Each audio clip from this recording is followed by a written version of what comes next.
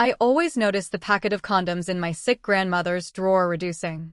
When I finally installed a hidden camera in her room, what I saw that night shattered my heart forever. My name is Ava Hart. I'm 26, from Dayton, Ohio, and I have always loved my grandma, Evelyn, like she was my second mom. When I was little, she packed my lunch with heart-shaped notes. When I moved home last year after losing my job, she gave me her spare room and said, "We start over here."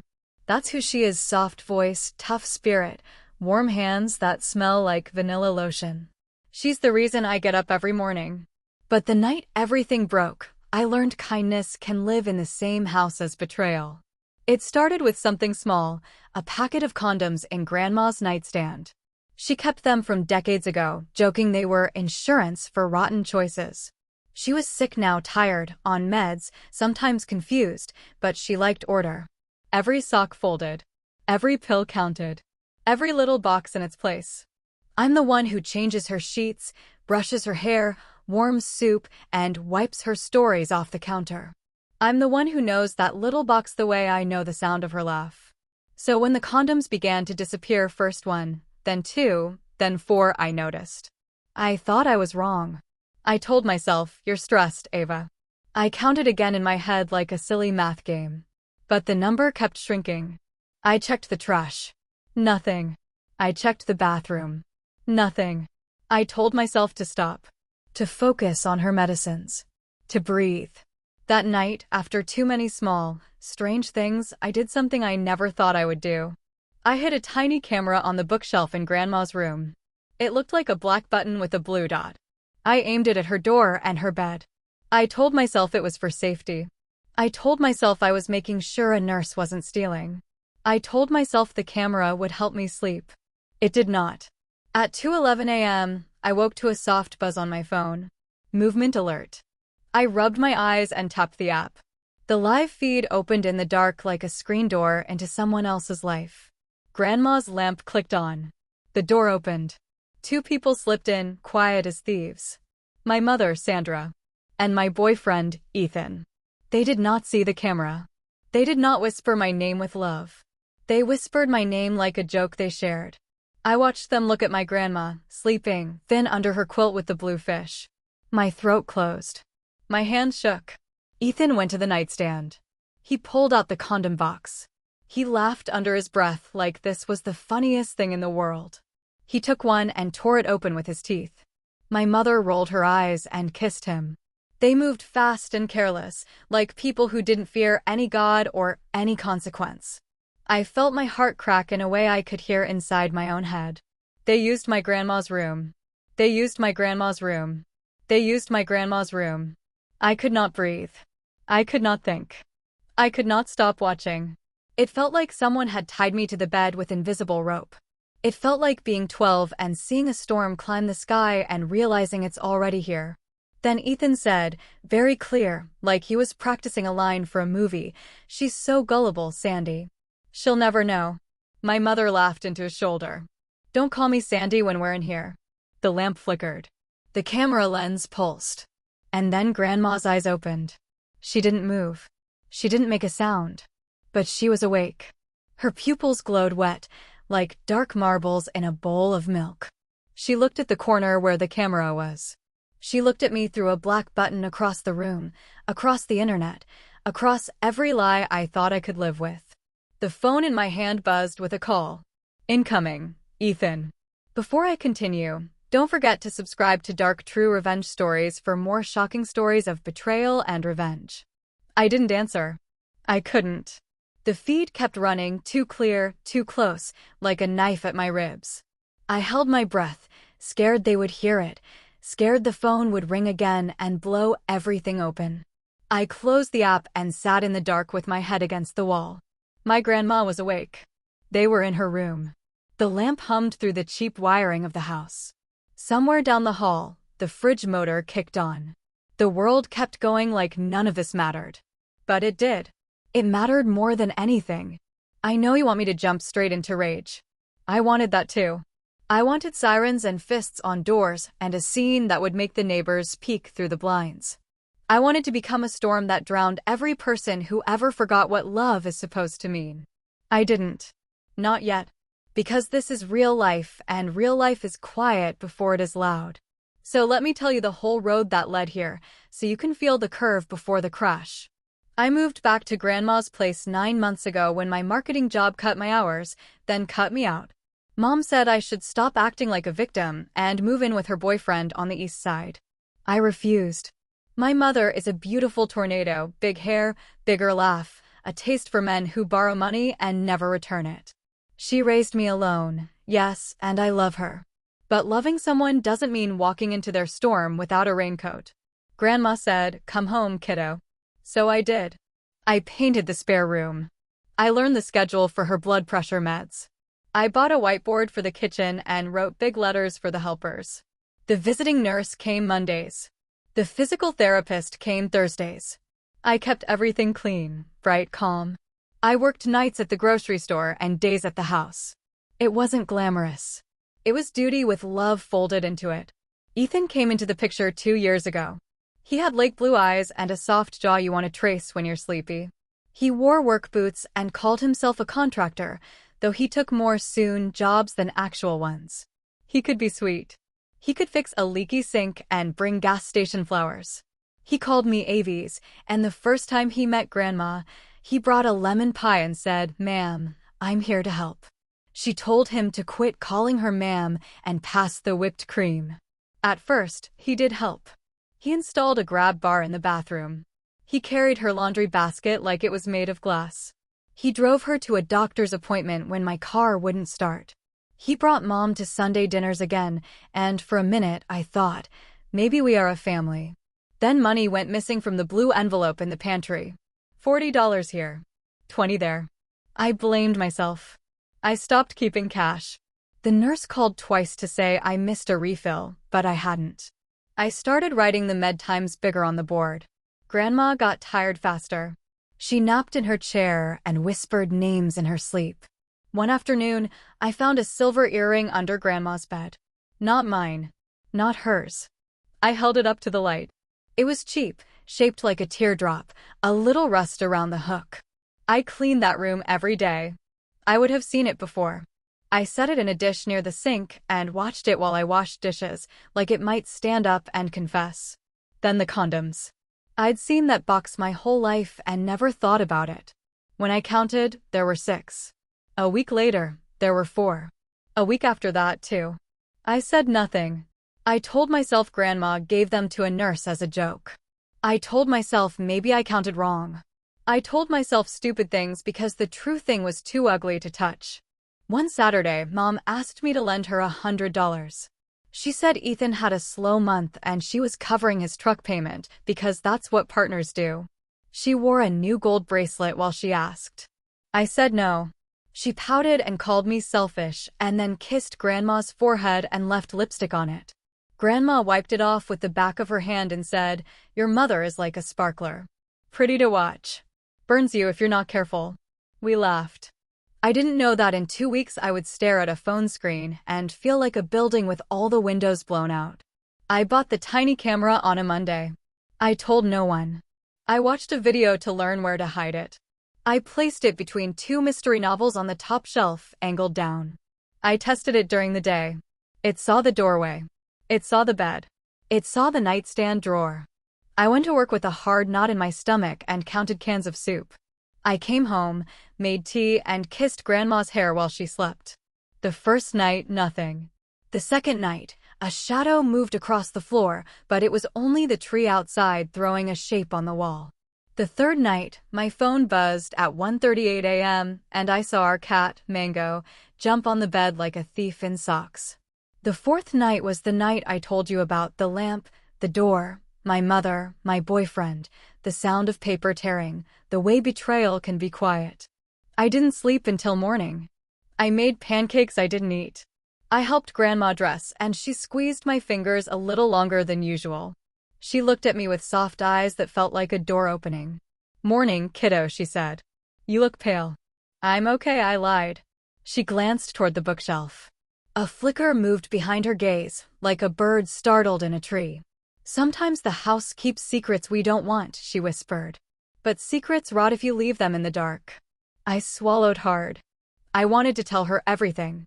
I wanted to scream. I wanted to tear that room apart and burn the sheets. Instead, I set out her oatmeal, a banana, and her little mug with the chip. My hands were steady. My mouth was dry. At noon, Mom texted, "Dinner tonight?" She added a heart and a champagne emoji. I stared at the screen until the letters blurred. Ethan sent, "You good? Need me to pick up anything for Nana?" He still called her Nana, like he had a right to it. By late afternoon, the world looked normal again. Sun across the table. A neighbor mowing. A kid's bike fallen on the grass across the street. I wanted to believe maybe the night was a horrible dream. But I am not a child. The camera didn't lie. The box in the drawer was light as bone. The trash was still empty. What would you do if you were in my shoes? Let me know in the comments. I wrote in my journal like I was trying to pin a butterfly that kept moving. Step 1. Protect Grandma. Step 2. Don't tip them off. Step 3. Collect proof. Step 4. Plan. I looked up Ohio laws on hidden cameras. It's legal to record video in your own home without audio in most cases, especially for safety. Good. I could use the footage, but I needed more. I needed to make it so clean that even my mother's talent for flipping the story couldn't save her. I needed a plan that didn't just scream, I needed a plan that cut where it hurt and made the lesson stick. At 5, Grandma fell asleep in her chair. Her breath rattled a little like paper. I covered her knees with the blue quilt and stood in the doorway and watched her chest rise and fall. She had given me everything bright in my life. I couldn't fail her now. At 6, Mom arrived with a cherry pie like sugar could keep a family together. She kissed Grandma. She smiled at me like we were best friends. She had on the gold bracelet and a new perfume that made my eyes itch. 10 minutes later, Ethan came in with a 6-pack and a small bag from the pharmacy that he forgot on the counter. I peeked. It was gum and a pack of hair ties. Nothing real. Nothing true. That was his gift. He made empty things look like something. We ate dinner. We laughed at fake things. We spoke around the truth like it was a hot stove. Grandma watched us with the quiet stare of someone who has seen people pretend before. After dinner, Mom offered to help with dishes. She clinked plates like she was in a hurry. "I have to run back out in a few," she said, too casual. Ethan said he had to check the truck. He put on his jacket. He winked at me. I wanted to throw the pie at his head. I kept my face steady because storms that look calm do the most damage. I told them I needed to go to the pharmacy for Grandma's lotion. I did not. I walked out the door with my keys and my empty tote bag and circled the block with my heart in my throat. I parked at the curb, turned off my lights, and opened the camera app on my phone. The feed glowed to life. Grandma's room. Quiet. A sliver of hall light under the door. I waited. I watched seconds crawl like snails across the bottom of the screen. A shadow cut the crack of light. The door handle turned. Mom slipped in first. Ethan followed. They didn't speak. They closed the door. The lamp clicked on. My thumbs went cold. My breath counted itself. Mom went to the nightstand and opened the drawer without looking, like she knew it by muscle memory. Ethan stood behind her, close, his hand at her waist like they had done this a dozen times and never feared being seen. I tightened my jaw until it hurt. I hit record. I wanted to burst through the door like a hurricane. I wanted to throw the camera at their feet and shout their sins in words that shook the walls. But I remembered my list. Step 2. Don't tip them off. Step 3. Collect proof. I swallowed the scream like a pill with no water. Then something happened that was small but sharp. Mom took a folded paper from her purse and slid it under Grandma's mattress, right at the corner. She glanced back at the door, quick and sly. Ethan watched her with a smile that made his whole face look like a mask. "After, okay?" Mom whispered. "After what?" I typed the question on my notes app with my thumb so I wouldn't shout it. They moved closer to the bed. Grandma stirred. She blinked. Her lips parted. I could see the hope in her eyes and the fear behind it. She lifted her hand like she might call for me. Then she let it drop. I was already moving out of the car, across the grass, up the porch steps. I kept my steps light because rage can be quiet if you train it. My key fit the front door. I slid inside. The house smelled like soap and pie and something I didn't want to name. The hallway stretched long and narrow. The carpet muffled my feet.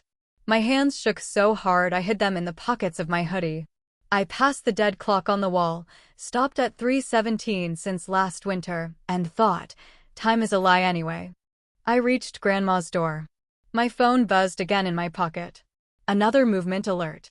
The screen showed my mother's hand lifting the quilt, showed Ethan's shadow bending toward the bed, showed the corner of the paper under the mattress peeking like a white tongue.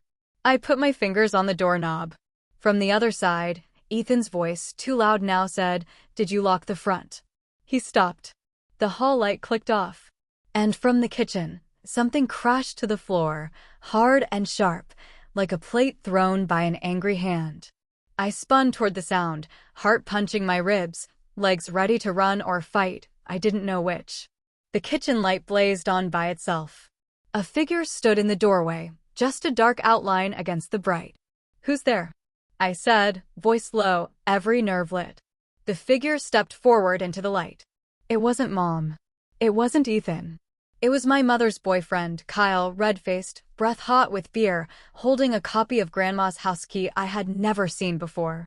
He smiled like a wolf who'd just found an open gate. And behind me, Grandma's bedroom door jerked open. Ethan's hand shot out like he meant to grab me. The hallway went to war. The hall exploded with sound, Ethan's shout, Kyle's curse, Grandma's trembling cry from the bed. I froze for a second that felt like an hour. Then my body remembered how to move. Kyle's hand gripped my wrist before I could even breathe. "What the hell are you doing here, Ava?" he growled, his breath hot and sour with beer. I yanked free. "What am I doing here? What are you doing here?" Behind me, Ethan's voice wavered. "Kyle, man, chill." "Don't tell me to chill," Kyle barked, stepping closer. His eyes darted toward Grandma's door. "You said she'd be asleep." My mother's voice sliced through the chaos. "Everyone just calm down," she screamed. Grandma coughed, a weak, trembling sound that made all of us turn toward her. She was sitting up in bed now, clutching the quilt to her chest, her face pale as chalk. "Get out," she whispered. No one moved. "Get out," she screamed this time, her voice shaking like glass about to break. For a second, even Kyle flinched. Then he muttered something under his breath and stormed out through the kitchen, slamming the screen door so hard the frame rattled. Ethan looked from me to my mother, guilt written all over his face. "Ava, listen, it's not what you think." "Then tell me," I said, my voice steady even though my heart was hammering. "Tell me what I think I saw." My mother tried to step forward, but I held up my phone. The recording was still open, her and Ethan right there on the screen. I didn't need to say anything. Her face turned gray. "You were spying on me?" she hissed. "I was protecting her." I pointed toward Grandma, who was shaking so hard her cup fell from the nightstand. "What kind of daughter, what kind of mother does this?" Before I continue, don't forget to subscribe to Dark True Revenge Stories for more shocking stories of betrayal and revenge. Mom's jaw trembled, but she didn't apologize. She didn't even deny it. She just looked angry that she got caught. "I'm sorry you had to see that," Ethan said quietly. His voice was too calm, too careful. "But this isn't your business." I laughed, bitter. "You're sleeping with my mother in my sick grandmother's bed, and you think it's not my business?" He didn't answer. I turned to Grandma. "You okay, Nana?" She nodded, slow and weak. "Go to your room, baby," she whispered. "I need to pray." Her voice broke me. I backed away, tears burning behind my eyes. I wanted to stay, but she looked at me like she needed a minute alone with God more than she needed witnesses. So I went. I walked out of that room, into the hallway that felt smaller than ever, and shut my door behind me. The moment I locked it, I fell to my knees and cried. Cried for Grandma. Cried for the woman I used to call Mom. Cried for the love I thought I had with Ethan. Hours passed before I stood up again. My body felt hollow, but my mind was clear. I wasn't just sad anymore. I was angry. The kind of anger that doesn't scream, it plans. Because if they thought that video was the end of the story, they were wrong. The next morning, the house was silent. Grandma hadn't come out of her room. Mom was gone. Ethan's truck wasn't outside. But Kyle's car was still parked down the block. I spotted it through the curtains, him sitting there, pretending to scroll his phone but looking toward our porch every few seconds. I knew that look. It wasn't curiosity. It was fear of exposure. I grabbed my jacket and went outside. He rolled down the window. "You recording me too now?" "Thinking about it," I said. He smirked. "You've got guts, kid. Stop calling me that." He leaned forward, eyes narrowing. "You think you're gonna play hero, huh? Get the whole town talking about poor Ava and her crazy family? You've got no idea what you're messing with." "Oh, I think I do," I said quietly. "You, Ethan, and my mother, whatever this sick little game is, you've already lost." He laughed, but his eyes flickered. "You're bluffing." "Am I?" I said, pulling out my phone and tapping the screen just long enough for him to glimpse the thumbnail of the video. His grin vanished. I walked away before he could answer. Inside, Grandma was awake and sitting at the kitchen table. The morning sun hit her face, and for the first time in a while, she looked older than her years. She didn't look at me when she spoke. "How long have you known?" "About a week," I said softly. She nodded. "You shouldn't have carried that alone." "I didn't want to hurt you." "You didn't hurt me, child," she whispered. "They did." She reached for my hand. "Do you believe God lets people reap what they sow?" "I do." "Then let him handle it." But the thing is, I couldn't. Not after what I saw. Not after realizing they'd been using her home, her room, like some dirty secret motel. Letting God handle it didn't feel like justice. It felt like silence. So I decided I'd help him out a little. That afternoon, Mom texted. "Please don't tell anyone. It was a mistake. Let's talk." I didn't reply. Ethan texted too.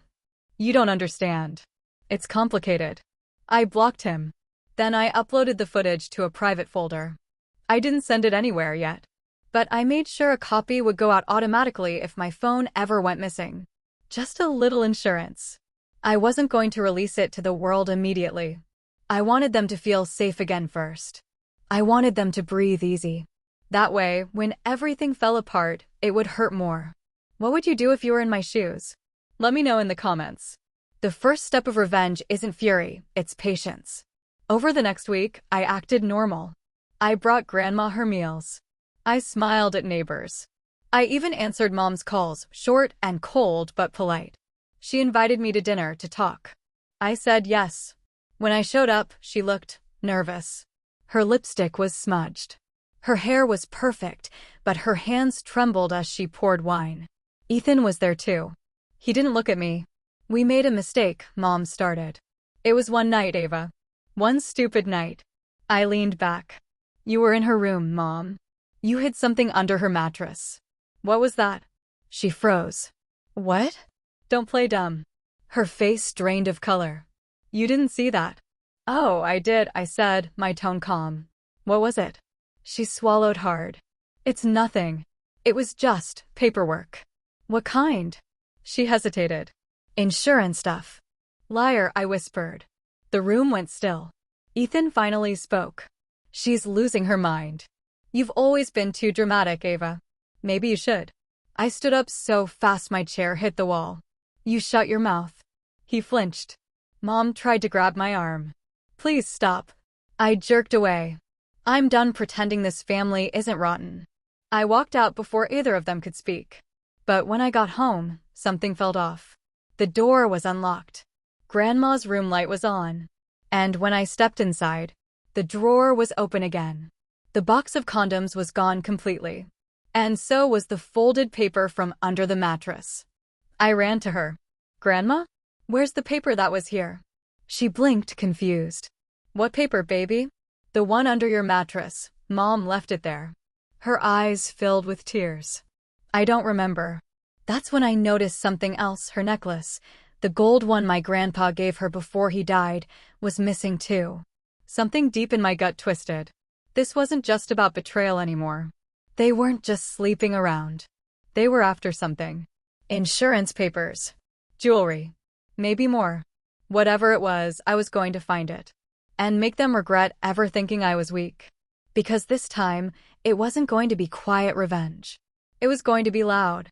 The kind of loud they'd never forget. What do you think will happen next? Drop your guesses in the comments. When I stepped back into the house, my head felt heavy, like someone had filled it with wet paper. The missing necklace and the empty drawer made a new map of this family, every line a lie. I couldn't sit still. I paced the kitchen until the floor made my feet dizzy.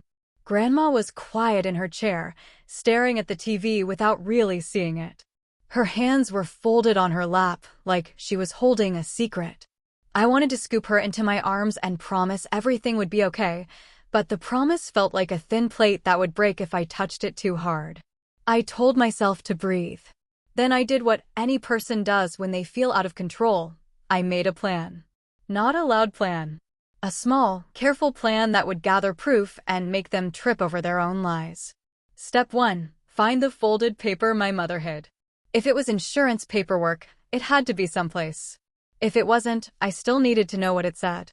Step 2. Follow my mother and Ethan when they thought I wasn't watching. Let them move in the bright day, not at night. People are bolder in the dark, but they leave tracks in the light. Step 3. Get help.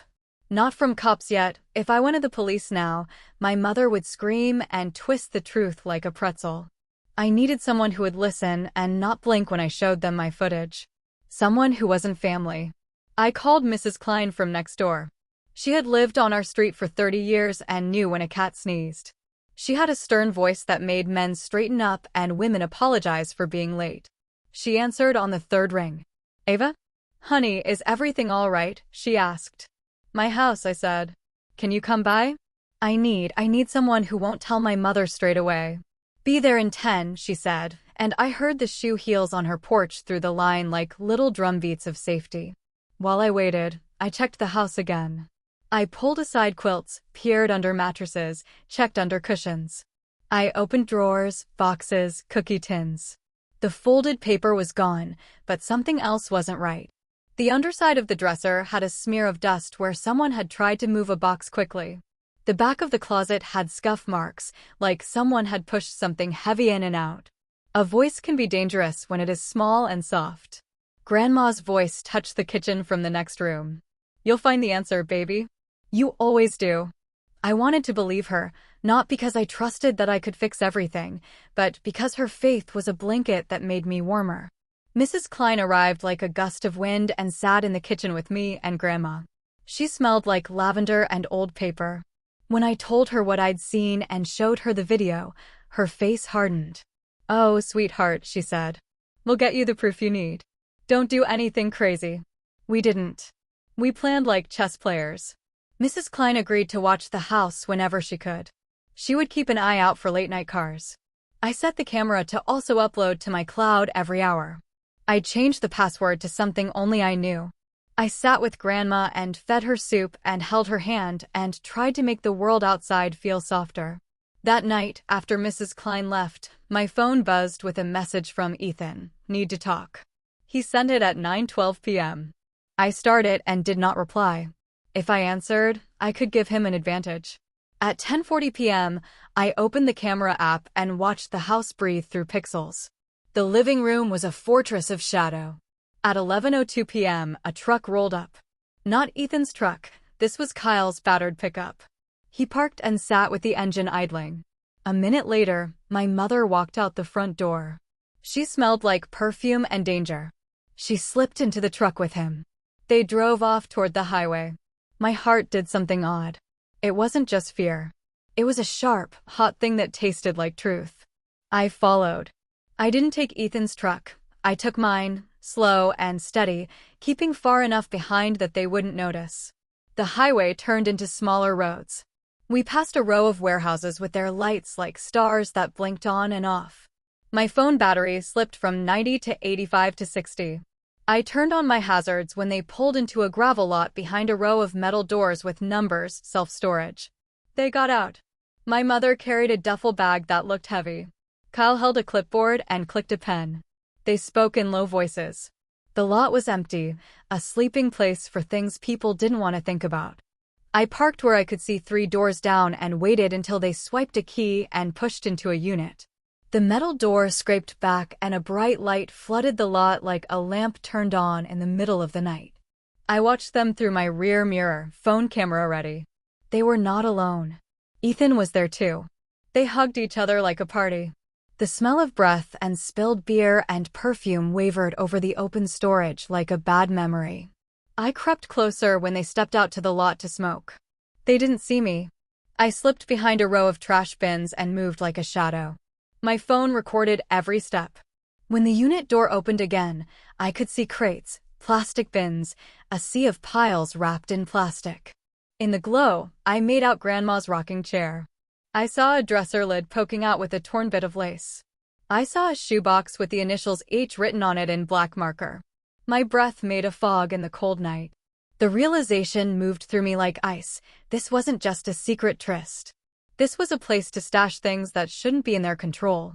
They packed quickly, whispering like conspirators.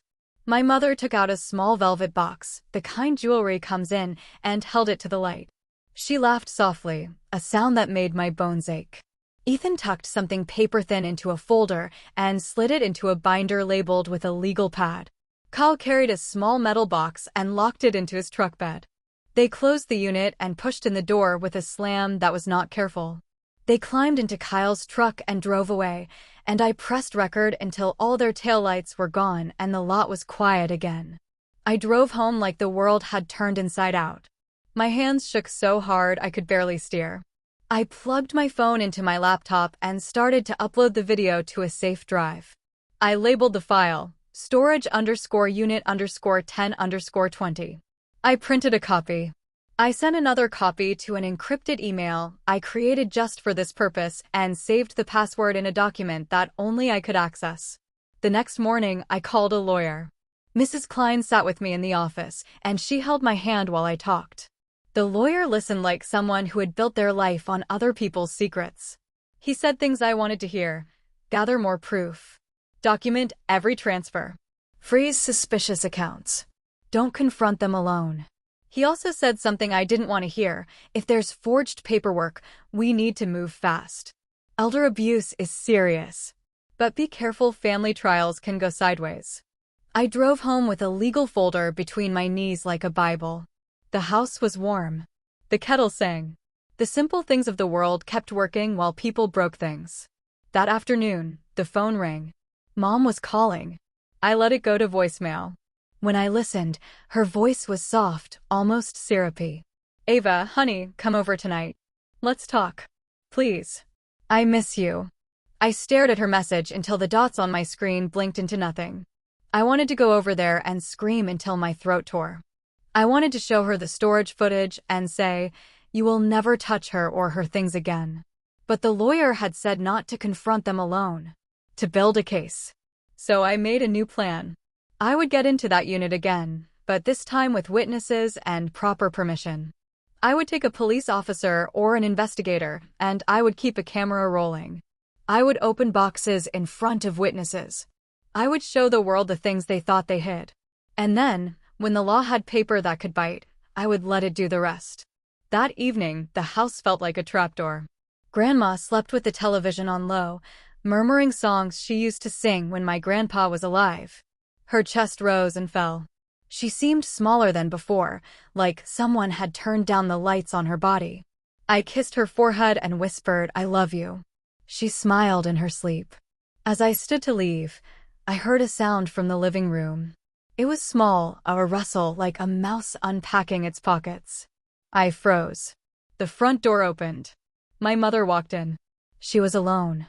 She smiled at me with the practiced warmth of someone who keeps secrets behind an even warmer face. Ava, you're back early, she said. I kept my voice even. Mom, where did you go tonight? She let the smile flicker. Just out. Met a friend. Nothing important. I wanted to ask about the storage unit. I wanted to shove my phone into her face and play the video on full volume. I wanted to see the way she would crumble when her lie was loud and ugly. But the lawyer's voice rang in my mind. Don't confront them alone. So I took a breath and said, you left Grandma's necklace here. Do you know where it is? Her face changed. For a moment, I saw it. The girl who stole cookies from the jar and blamed the baby.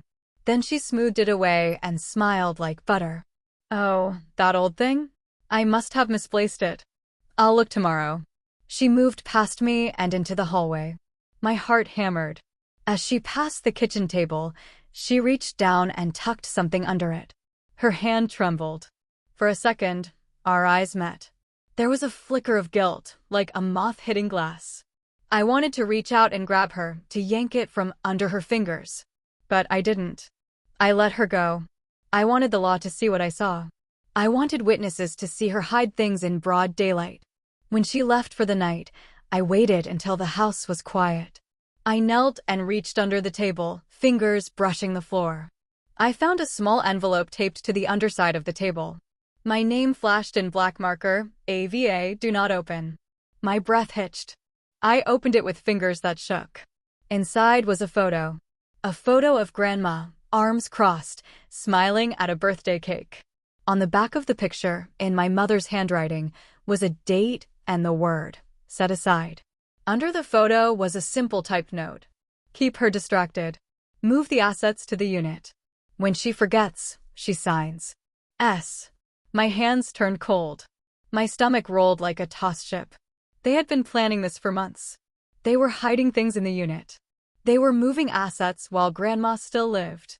They were waiting for her to forget, and then they would make moves that would cut her out of everything.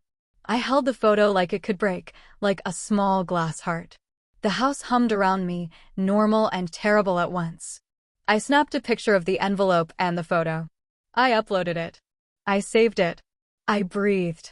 Tomorrow, I would go to the storage unit with proof, with a lawyer, with Mrs. Klein, someone who would not blink.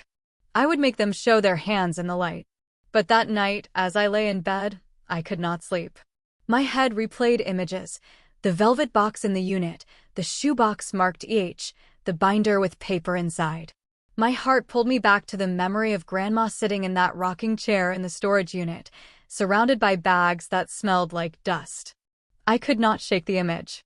At 2 a.m, my phone buzzed with a notification I had not expected. A new video had uploaded from the camera in Grandma's room. I opened it, thinking maybe a nurse had come by or Mango had knocked something over. The video started normal, Grandma sleeping, the lamp off.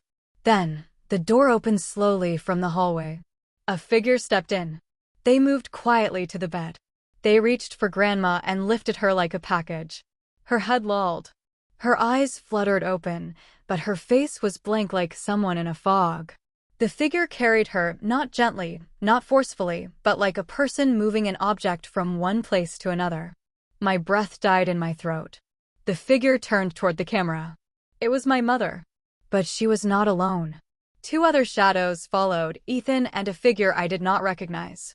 They moved like people who had done this before. They were not just taking things. They were taking her. My hands went numb. The world tilted. I hit stop. I played it again. My stomach dropped like a stone. They had come for Grandma in the night while she slept. They had lifted her and moved her. The video ended with the bedroom empty, the bed flattened, the lamp still shining. I sat on the floor and put my head between my knees. For the first time, the plan to take witnesses felt small. This was no longer about paperwork or stolen necklaces or forged signatures. This was about a person I loved being moved like a box. I grabbed my keys. I ran out the door. The street was dark and cold. The air cut the inside of my mouth like a blade. I started my car and drove toward the storage unit like someone carried by a single, sharp purpose. The engine hummed under me, and I felt all the fear and the fury that had been sleeping in my bones come awake. When I pulled into the gravel lot, the same metal doors glinted in the moonlight. One of the units was open, just a crack, like a mouth slightly parted. Inside, a light burned. I sprinted to the door and pushed it wide. The smell slugged me, old perfume and dust and something sour. There, in the middle of the unit, sat Grandma in a folding chair. She looked smaller than I had ever seen her. Her hair was loose. Her lips were dry. Her eyes were glassy like she had been looking at something far away. She was not alone. Boxes were stacked around her, and on top of one, in plain sight, lay a velvet box. My grandfather's watch sat half out of a shoebox. A necklace I remembered from church nights glimmered under the light. And then I saw Ethan's jacket draped over a crate. My knees went weak. "Grandma," I cried. She turned her head very slowly and blinked. For a moment, 2 breaths, her eyes cleared, like someone wiping fog from a window.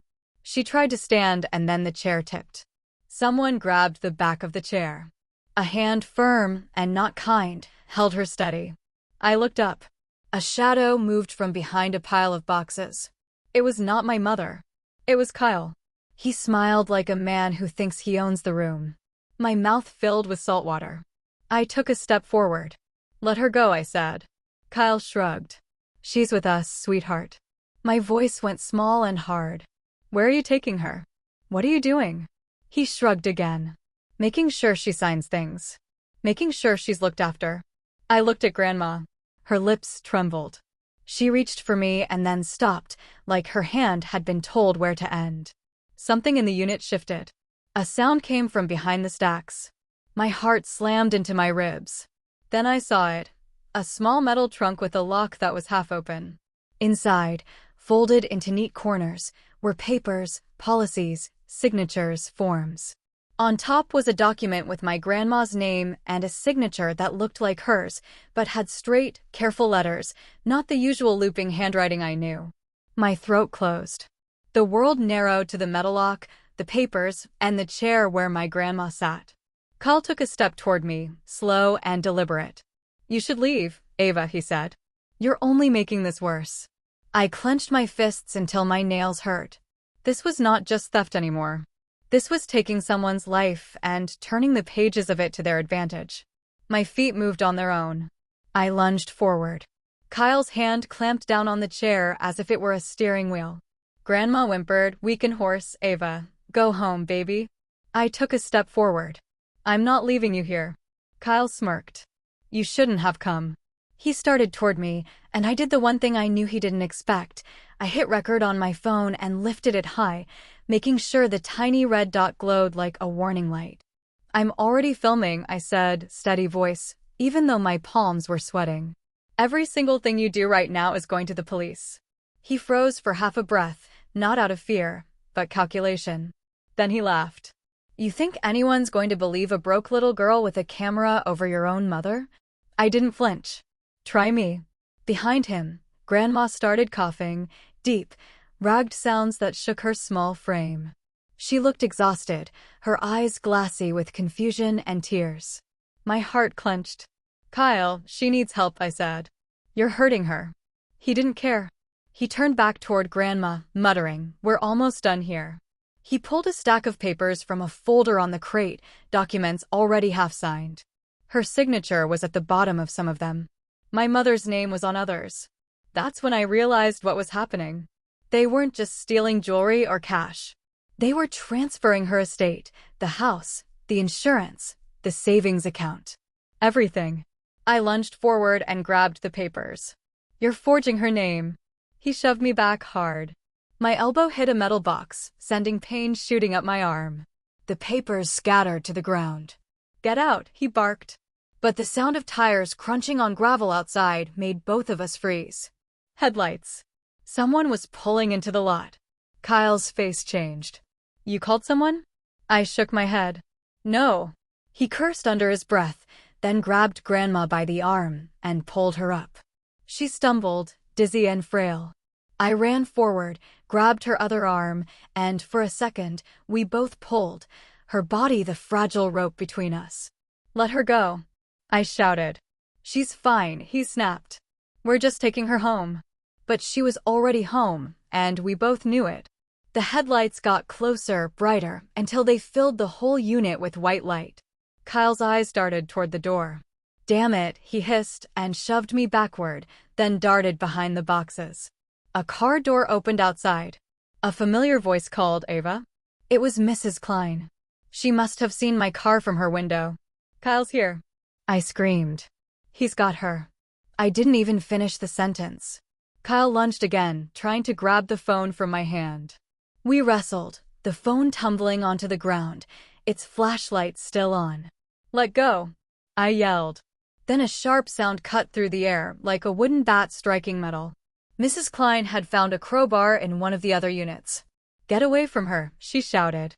Kyle turned, furious, and ran for the exit. He didn't get far.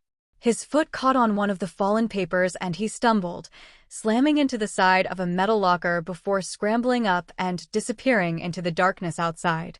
Mrs. Klein dropped the crowbar. "Sweet Lord, are you okay?" I nodded, trembling. He was making her sign things. "I have it all on video." We turned back to Grandma. She was shaking, barely able to stand. Mrs. Klein helped me lift her into the car. "We're calling the police," she said.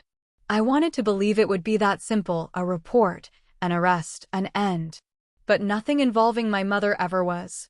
2 hours later, we were sitting in a small police station office that smelled like stale coffee and disinfectant. An officer named Ramirez took our statements. He was kind, but skeptical. "Your mother and her associate forged papers," he repeated. "Yes," I said. "They're trying to take her assets. I have video. I have proof." He typed something into his computer, his face unreadable. "We'll start an investigation. In the meantime, I suggest you don't contact them directly." Mrs. Klein squeezed my hand. "She won't. We'll keep her safe." When we got home, the sun was just starting to rise. The sky was the color of bruised peaches. I tucked Grandma into bed. She was half asleep, half aware. She mumbled, "I'm sorry, baby." I brushed her hair gently. "You didn't do anything wrong." But she kept whispering something, words that didn't make sense at first. "The papers in the drawer. I signed some before." My stomach dropped. Before what? Before she got sick? Before I came back home?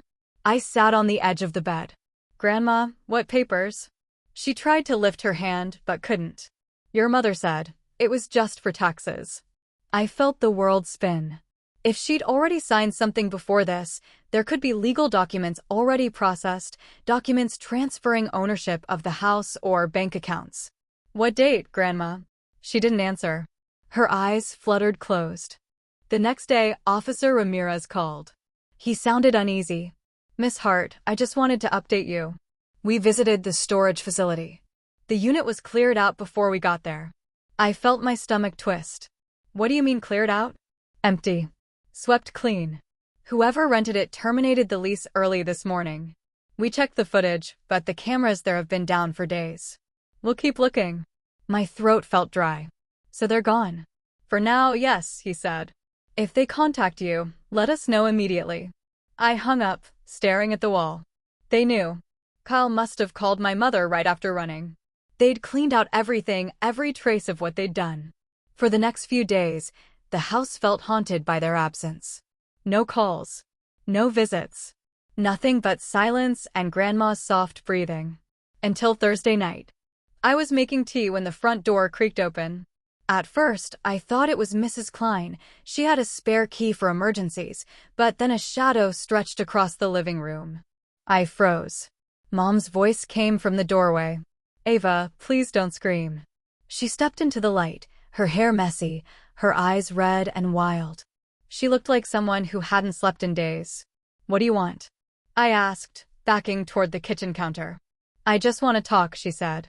"Where's Grandma's jewelry? The documents? The storage unit?" She swallowed hard.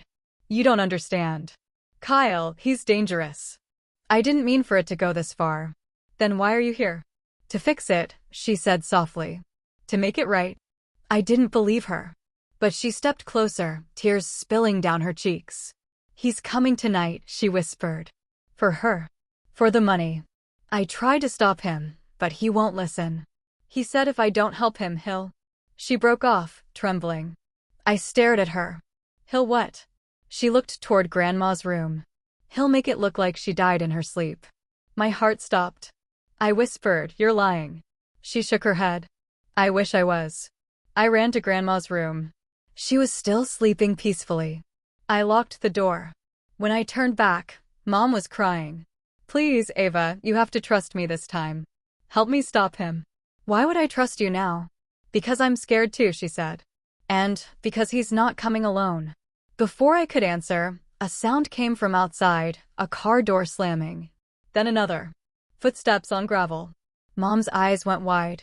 She whispered, "He's here." The lights flickered. Every nerve in my body went rigid. I pulled Grandma's door shut, grabbed my phone, and hit record again. Through the front window, I saw the shape of a man walking up the porch, then another behind him. One tall, one shorter. The shorter one carried something long and metal. Mom backed into the hallway, trembling. "We have to hide." But I was done hiding. I had been quiet for too long, patient for too long. I moved toward the door. My voice was calm. "No, we're ending this tonight." The doorknob rattled. A voice hissed, "Sandra, open up. Now." Mom's knees buckled. "He'll kill us."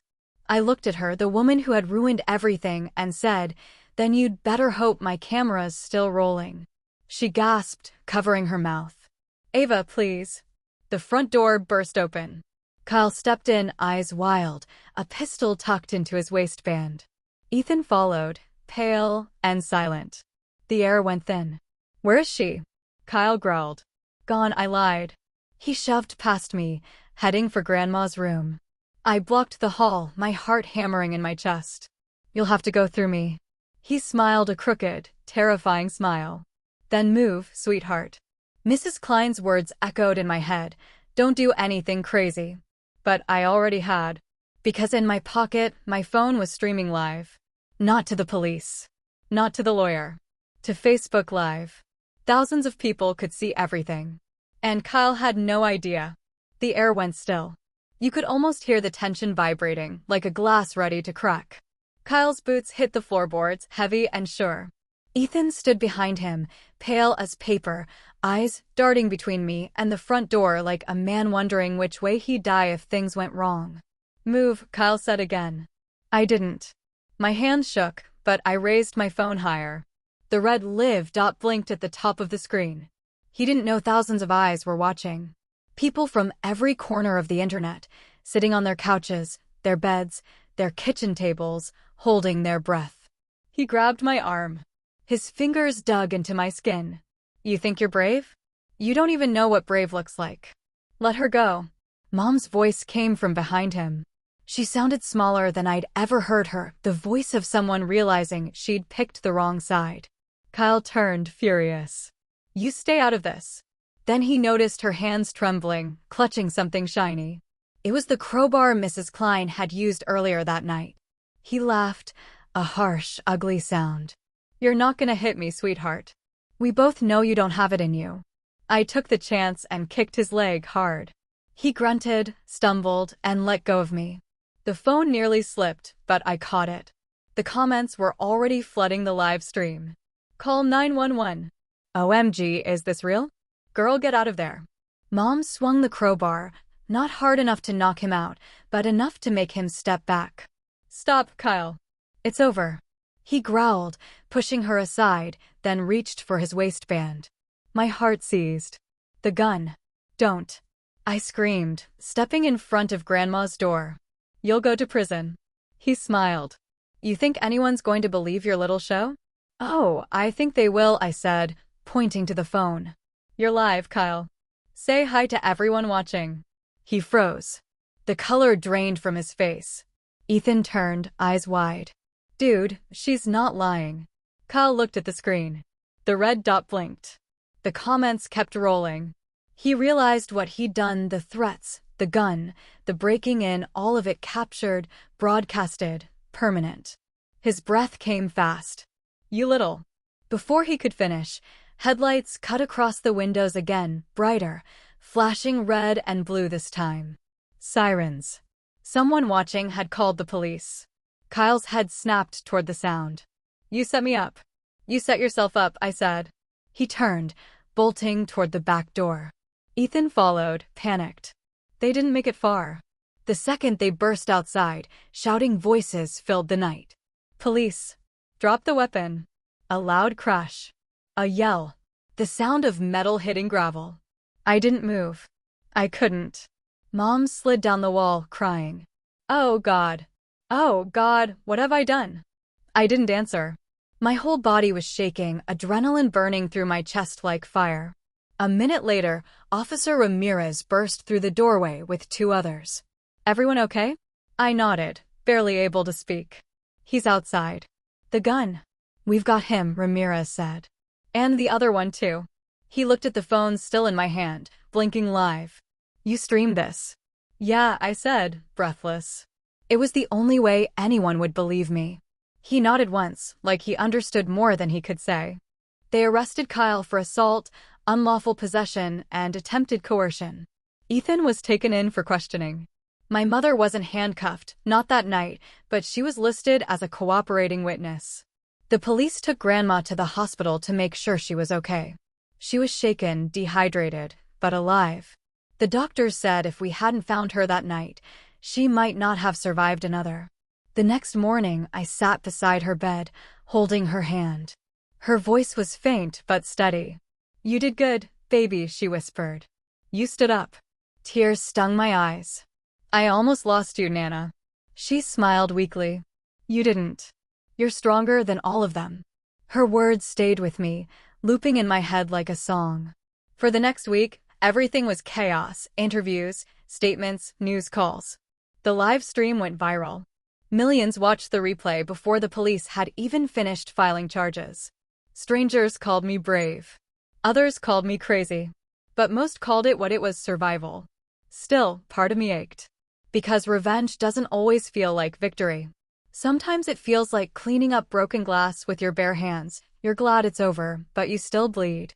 Mom tried to call me 3 times. I didn't pick up. Then she left a voicemail. Ava, I'm sorry. You have no idea what he was capable of. I never meant for it to get that far. Please believe me. I deleted it without listening to the rest. Some words come too late to matter. A week later, Officer Ramirez called again. We went through the storage unit records, he said. Found your grandmother's belongings in another facility 2 towns over. Everything's being returned. I exhaled for the first time in days. And the paperwork? He paused. We found enough to prove forgery. She won't lose her assets. You did good, Ava. After the call, I went to sit on the porch. The air was cool, the sky wide and quiet. I finally let the tears come slow, steady, honest. Mrs. Klein brought over pie that night. For strength, she said, setting it on the table. You'll need it for what comes next. What comes next? I asked. She gave me a sad smile. Healing. A few weeks later, the trial started. Kyle pled guilty to avoid more time. Ethan testified against him. But the moment that hit hardest was when my mother took the stand. She looked small under the courtroom lights. She admitted to everything, helping him forge papers, moving Grandma's things, pretending not to know. She cried through most of it. When it was my turn to speak, I told the truth, all of it. About the camera. The betrayal. The night I almost lost my grandmother. The judge listened quietly. At the end, he said, "You protected someone who couldn't protect herself. That takes courage most people never find." Mom was sentenced to probation and community service. Kyle went to prison. Ethan left town. And me? I stayed. I kept taking care of Grandma. I fixed the garden. I replaced her broken lamp.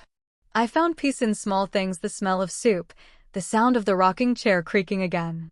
One evening, Grandma reached for my hand.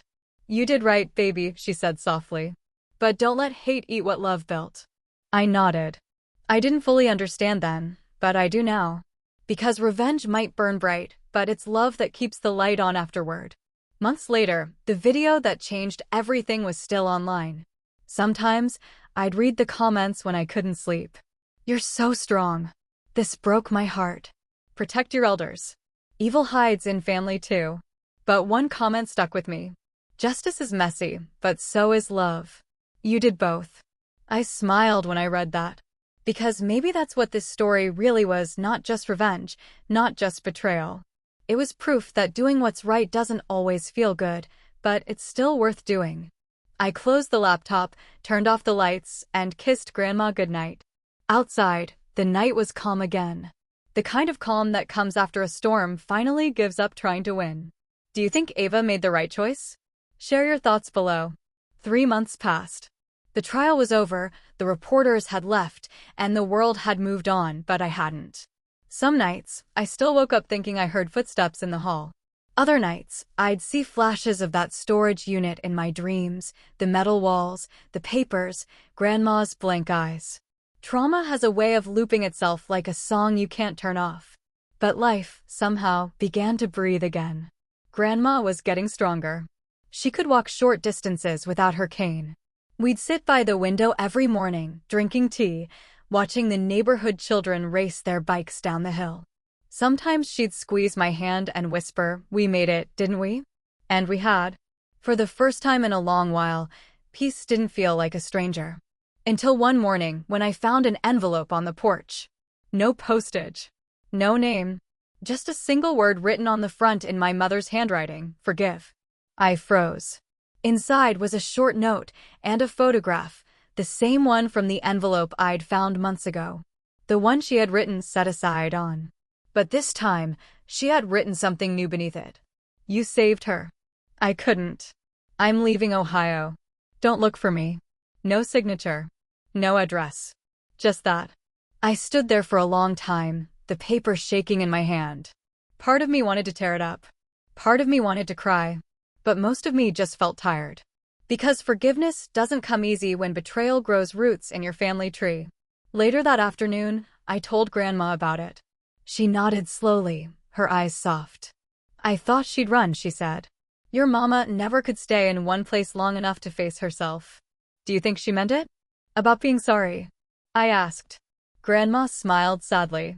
"Baby, guilt and change are two different things. Some people carry guilt like a badge. But change? That's the real apology." Her words sat heavy in the room. Still, that night, I couldn't throw away the note. I folded it carefully and tucked it in the same drawer where Grandma's box of insurance for rotten choices used to be, the drawer that started everything. It felt poetic somehow. The drawer that once held secrets now held the truth. 2 weeks later, Officer Ramirez stopped by the house. He had a thin file in his hand. "Got an update for you," he said, sitting at the kitchen table. "About Kyle?" I asked. He nodded. "He's serving his sentence, no chance of parole for a while." "But your mother?" My stomach tightened. "What about her?" He hesitated. "She disappeared after probation check-in last week. Her phone's off. No one's heard from her." I looked at Grandma, who just sighed. "Let her go," she whispered. Ramirez continued, "We'll keep her on record as missing, but off the record," he lowered his voice, "she's probably just trying to start over somewhere. She's not a danger anymore." When he left, the silence in the house felt thick. Grandma finally spoke. "Evil doesn't vanish, baby. It hides until it finds peace or punishment. Your mother's chasing one of those too." I didn't reply. I just nodded. Because deep down, I knew she was right. Weeks turned into months. The house became warm again, not haunted. I started writing small journal entries at first, then stories. Stories about love and fear and betrayal. Stories that might help someone else recognize danger before it wore a familiar face. One of them went viral online, a short story titled "The Drawer That Lied." People commented things like, "This gave me chills. Reminds me of my grandma." Sometimes the monsters live in the same house. And though I didn't say it publicly, it was true. Sometimes they do. What would you do if you were in Ava's shoes? Let me know in the comments. The story's success opened new doors. A publisher reached out, offering me a deal to write a memoir. I said yes. Because maybe if I told it right, someone would listen before they had to learn it the hard way. Still, no matter how far I went, home remained the same. Grandma's laughter in the kitchen, the smell of vanilla lotion, the faint hum of her gospel songs on Sunday mornings. Until one afternoon in December, when the phone rang. It was a hospital in Indiana. "Are you Evelyn Hart's next of kin?" a nurse asked. I frowned. "Yes." "Why?" The nurse hesitated. "Your mother, Sandra Hart, she's here. She listed your grandmother as emergency contact. She's very ill." The world tilted. "What happened?" "She collapsed in a diner. Liver failure. We think it's been progressing for a while." I sat there, gripping the phone so tightly my knuckles turned white. After everything she'd done, after all the damage and pain, she was still my mother. And I didn't know what to feel. That night, I drove to Indiana. The hospital smelled like antiseptic and regret. When I entered her room, she looked smaller than I remembered. Fragile. Her eyes fluttered open. "Ava," she whispered. I stood there, unable to speak. She smiled weakly. "You came." I didn't say anything at first. My throat was too tight. Finally, I whispered, "Why'd you do it, Mom?" "Why all of it?" Her eyes watered. "Because I thought I was running out of time. I thought I deserved more than what life gave me." "You almost killed her," I said, voice trembling. "I know," she whispered. "And that's the weight I'll carry till my last breath." We sat in silence for a while. She reached out a hand, trembling. I hesitated, then took it. Because no matter what she'd done, I couldn't unlove her completely. Love doesn't always forgive, but it remembers where it started. "I'm sorry, baby," she said softly. "You saved her. You saved me too, in a way." Her breathing grew shallow. I pressed the call button for the nurse, but deep down I knew. Before help came, she squeezed my hand and whispered, "Take care of her." Then she was gone. The funeral was small. No speeches, no music. Just a gray sky, a quiet prayer, and the wind pushing through the trees. Grandma held my hand the whole time, her grip strong despite her age. "Forgiveness isn't saying they were right," she said. "It's saying you won't carry their sin anymore." I nodded, tears falling freely. Because I finally understood. Revenge gives you power. Forgiveness gives you peace. And both have their season. That night, back home, I opened my drawer one last time. Inside, I placed my mother's note, the word "forgive" facing up, and closed it gently. Then I walked to the living room, where Grandma sat rocking slowly, humming an old hymn. The house was warm again. Whole again.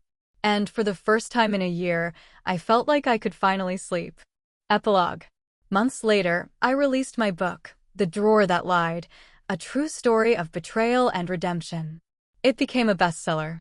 But what mattered most weren't the sales, it was the letters. Hundreds of people wrote to me. "You helped me forgive someone I never thought I could. I saw myself in you. Your story saved my mother." I'd read each one to Grandma at night. She'd smile, her eyes soft with pride. "See?" she'd whisper. "Even ashes can feed the soil if you let them." She passed peacefully 2 years later, in her sleep, holding my hand. Her will left me the house. The same house that once carried so much darkness. I kept it. I still live there today. The drawer is still there too. Empty now, but it reminds me of one thing. Sometimes, the places that broke you become the same places that heal you. If this story moved you, please like, comment, and share, and don't forget to subscribe. I never planned to become a writer. I never planned to become anything beyond a granddaughter trying to protect the woman who raised her. But life doesn't always wait for you to be ready. Sometimes it drags you through the fire so that you come out forged, sharp, scarred, but certain of who you are. It's been 5 years since that night, since the police lights painted our walls red and blue, since I streamed my fear to the world. 5 years since my mother's last word, "forgive." The house still smells like vanilla and cinnamon.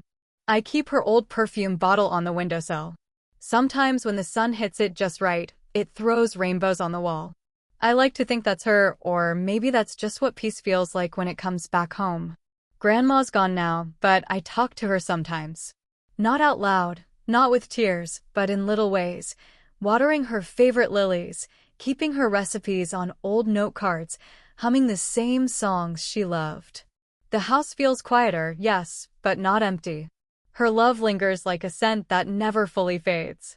And every time I open that drawer, the one that once held the condoms, the papers, the lies, I smile. Because now it holds her Bible. And tucked between its pages is a letter I wrote to her the night after she passed. It says, "You taught me to stand up, even when my voice shakes. You taught me that kindness without boundaries is self-destruction. And you taught me that forgiveness doesn't mean forgetting, it means choosing peace over poison. Thank you for showing me how to fight and how to rest." Sometimes I still dream about my mother. In the dreams, she's standing at the edge of a lake at sunset, her hair loose, her eyes soft, whispering, "I'm sorry." And in those dreams, I finally whisper back, "I know." Because somewhere along the way, the hate stopped burning. Not because she deserved it, but because I did. I started a foundation in Grandma's name, the Evelyn Trust. It helps elderly people who are victims of financial abuse. The irony isn't lost on me. The same kind of betrayal that almost destroyed us became the reason other families got saved. Sometimes survivors write to me. I watched your story years ago on YouTube. That live stream saved my grandma's life. Because of you, I caught my brother forging our dad's signature. Your story gave me courage. Each message feels like a light in a tunnel I once thought would never end. And sometimes, when I visit the Foundation's office, I find small details that remind me of where it all began. The drawer, the camera, the moment I stopped being scared. There's a framed quote on my desk now that reads, "Even the smallest truth, when spoken, can burn down an empire of lies." That's what I learned. That's what I lived. One rainy afternoon, as I was sorting mail at home, I found a letter with no return address. For a moment, I froze. That familiar handwriting again. I thought my heart had forgotten that shape of fear. But when I opened it, it wasn't a threat. It wasn't even from her. It was from Ethan. His words were shaky, like someone trying to erase guilt with ink. "Ava, I don't expect forgiveness. I've spent years trying to rebuild what I broke, working with a shelter, helping kids who grew up like me, lost, angry, desperate to belong to something. What we did to you and your grandmother haunts me. You were right, love without honesty is just manipulation. I hope one day, if you ever think of me, it's not with hate but with pity for the man I was." I sat there staring at that letter for a long time. I didn't cry. I didn't rage. I just exhaled. Because maybe that's what healing really is, the moment when your pain stops screaming for attention and just sits quietly beside you, no longer sharp, just present. I folded the letter and placed it in the same drawer, beside the Bible, beside Grandma's letter, beside my mother's note. That drawer isn't cursed anymore. It's history. Years later, the drawer that lied became more than a book. It became a film. When the director asked who I wanted to play me, I laughed. "Someone stubborn enough to argue with a wall," I said. The movie premiered in a small theater in Dayton. People cried. Some clapped. Some just sat quietly, staring at the credits as if trying to process their own ghosts. After the screening, a woman in her 60s approached me. She had kind eyes and a trembling smile. "I'm raising my granddaughter," she said. "Your story reminded me that she's watching everything I do, how I fight, how I forgive." I hugged her without thinking. Because maybe that's what Grandma would have done. Life is strange. The things that nearly destroy you sometimes become the exact things that save others. My mother's greed taught me boundaries. Kyle's violence taught me courage. Grandma's love taught me grace. And me? I learned that revenge and forgiveness can live in the same heart, one to end the story, and one to heal it. So now, every night before I go to bed, I whisper a little prayer, not because I'm religious, but because gratitude still feels holy. "Thank you, Grandma," I say, "for not giving up on me when I almost gave up on everything." Then I turn off the lamp and listen to the house breathe. The same house that once held betrayal now holds peace. The same drawer that started it all now holds faith. And the same girl who once hid behind a camera now stands in her truth, no longer a victim, no longer a daughter defined by pain, but a woman who rebuilt her world piece by piece. If you've made it this far, thank you. Maybe you've been betrayed too. Maybe your story still hurts. But let me tell you something Grandma used to say. Sometimes God doesn't stop the storm because He wants you to learn how to walk through rain without drowning. So walk through it. You'll come out stronger, softer, wiser.